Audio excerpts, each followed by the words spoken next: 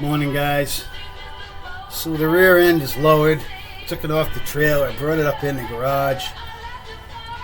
These springs have an airbag inside of them, and that airbag has to be cut out of there before I can... what I'm going to do is I'm going to measure the bottom of the spring halfway through the first coil. Then I'm going to take the torch and I'm going to heat that point. And that's going to force the spring to bend down. And what you got to do is you got to make sure that you measure the exact.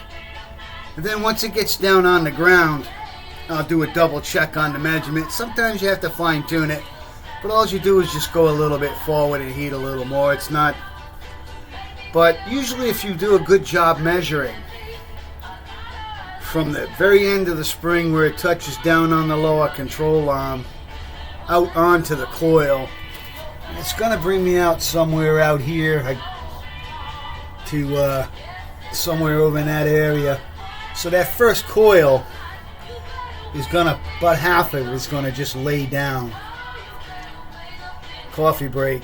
Right now I'm planning out my action. I always try to make sure I have everything planned out before I do something like this, because if you screw it up, you only get one shot. You know what I'm saying? So the bag pretty much turned into confetti as I was taking it out. But I'm getting it all cleaned out of there. I'm going to take the air hose now, blow it off and clean off the area of the spring. Then I'm going to put the jack under the hub here and load it and heat the spring. I'll show you that. So I got the bag out and I made a basically a measurement tool out of a piece of wire. I laid that on the spring and I measured around. Then I can take this to the other side so I can make the same measurement there. So now I'm heating up the spring. I'm using a small torch and I'm staying concentrated right in one spot. I don't want to heat the whole spring. I want to heat this one little spot so that the temper comes off. I've got the car, you can see I've got it jacked up here, so the weight of the vehicle is on the spring, plus it's compressed. But once I see that piece drop down and touch the lower control arm, you're going to start seeing a lot of smoke because of the grease and stuff in here. I got all the plastic out of it. Might be a few small pieces left in there.